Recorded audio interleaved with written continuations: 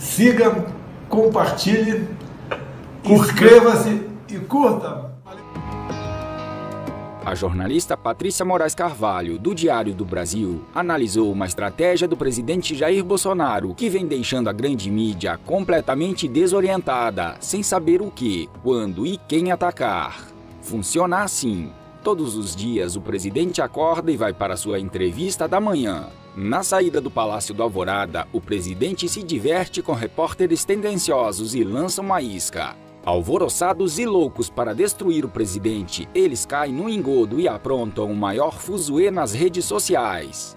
Aí o internauta, o leitor, o telespectador se depara com manchetes sensacionalistas que sempre atacam o presidente de forma quase infantil. Tipo, Bolsonaro disse que isso, Bolsonaro falou que aquilo, Bolsonaro fala mal de fulano. Bolsonaro disse que não gosta de cebola colorida. Entidade protetora das cebolas coloridas protesta e promete ir ao STF contra a declaração do presidente. E por aí vai. O que eles ainda não perceberam é que Bolsonaro pode ser ogro, mas não é burro. Enquanto ele dá um petisco para os jornalistas brincarem, o governo trabalha em silêncio, indo na direção oposta do que a mídia pensa e publica. Bolsonaro está domesticando os grandes jornais do país, fazendo com que hajam como cãezinhos atrás de um petisco suculento. No dia seguinte, a história se repete e a multidão de jornalistas chega toda feliz, abanando o rabinho para ganhar um novo petisco.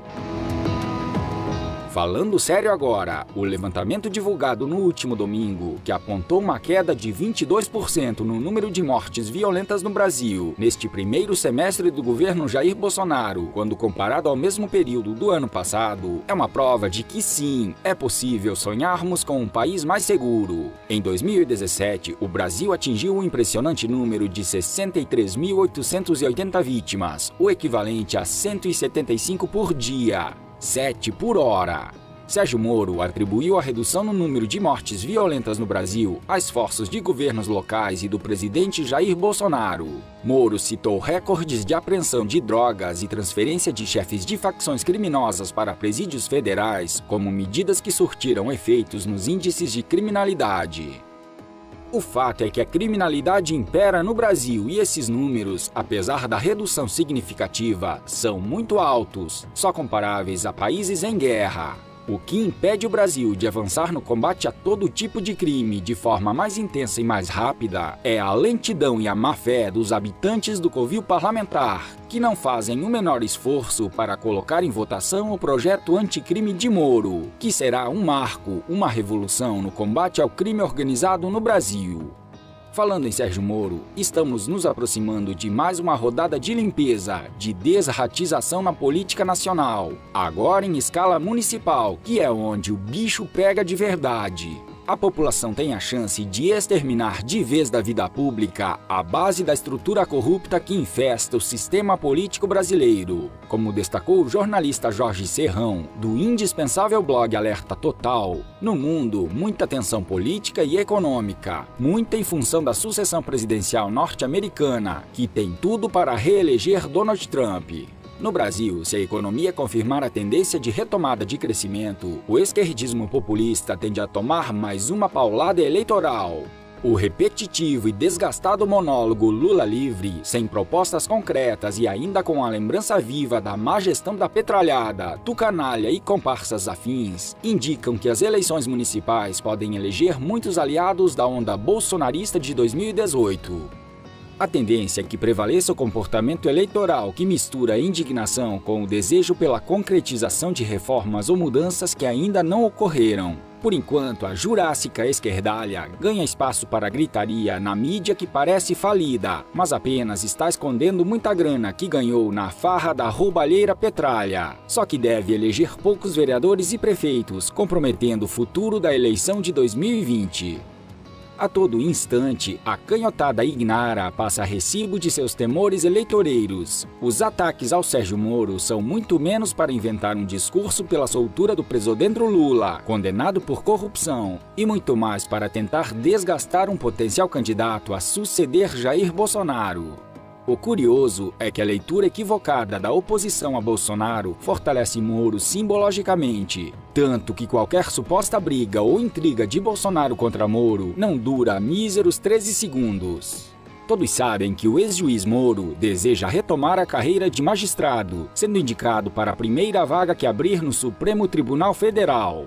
Acontece que a crescente força política de Moro já é cogitada como uma arma a ser usada como um trunfo. Moro é uma carta que, de repente, pode ser usada eleitoralmente?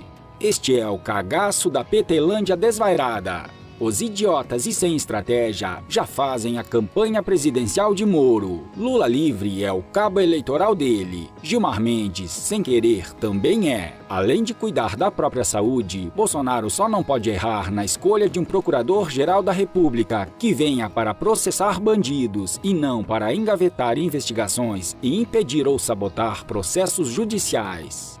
Bolsonaro também precisa tomar cuidado com seus inimigos estruturais. A oligarquia banqueira que vai perecer com as inevitáveis mudanças no modelo de negócios, o baronato que mama nas tetas do setor público e as mais variadas organizações criminosas que enxergam o presidente de transição como uma perigosa ameaça ao regime do crime institucionalizado.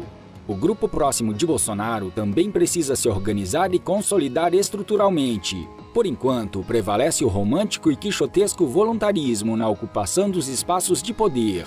Tal processo depende de estratégia inteligente, muito mais racional que emocional. O raciocínio ainda acontece muito mais no fígado e no intestino que no cérebro, apesar da boa formação intelectual e profissional do time bolsonarista.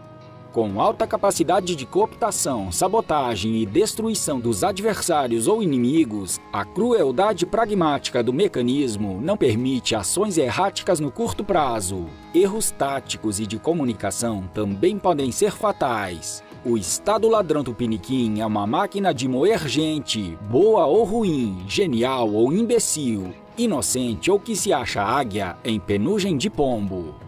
Resumindo, o grupo de Bolsonaro e os militares que o apoiam precisam se estruturar com muito mais qualidade e quantidade profissional para o tamanho do desafio de reformar e mudar o Brasil. Na melhor das intenções, é mais fácil errar do que acertar. Tudo ainda é muito instável e volátil. A caneta esferográfica pode muito, porém não pode tudo. Iludir-se com o suposto poder é sempre um risco concreto e objetivo. Por enquanto, a oposição ajuda a fazer campanha para um mito Moro, que ainda não deseja ser presidente da República. Acontece que quem aceitou o desafio de ser ministro da Justiça, porque constatou que seu papel na magistratura havia chegado ao limite, pode mudar de ideia e acabar concluindo, mesmo ilusoriamente, que Palácio do Planalto pode ser uma alternativa de sobrevivência. A ocasião não faz apenas o ladrão, como prega o ditado popular. A ocasião também produz o candidato. Por isso, se a Petelândia não quer Moro presidente, é melhor parar com essa babaquice de Lula livre. Melhor parar com essa mentira de Moro mente, ou a mente inteligente do Moro vai acabar de ferrar com vocês, considerados desqualificados até por Ciro Gomes. O socialista, agora inimigo do PT na frente das câmeras, traduz bem a natureza do PT e seus petralhas. O PT tem a natureza do escorpião.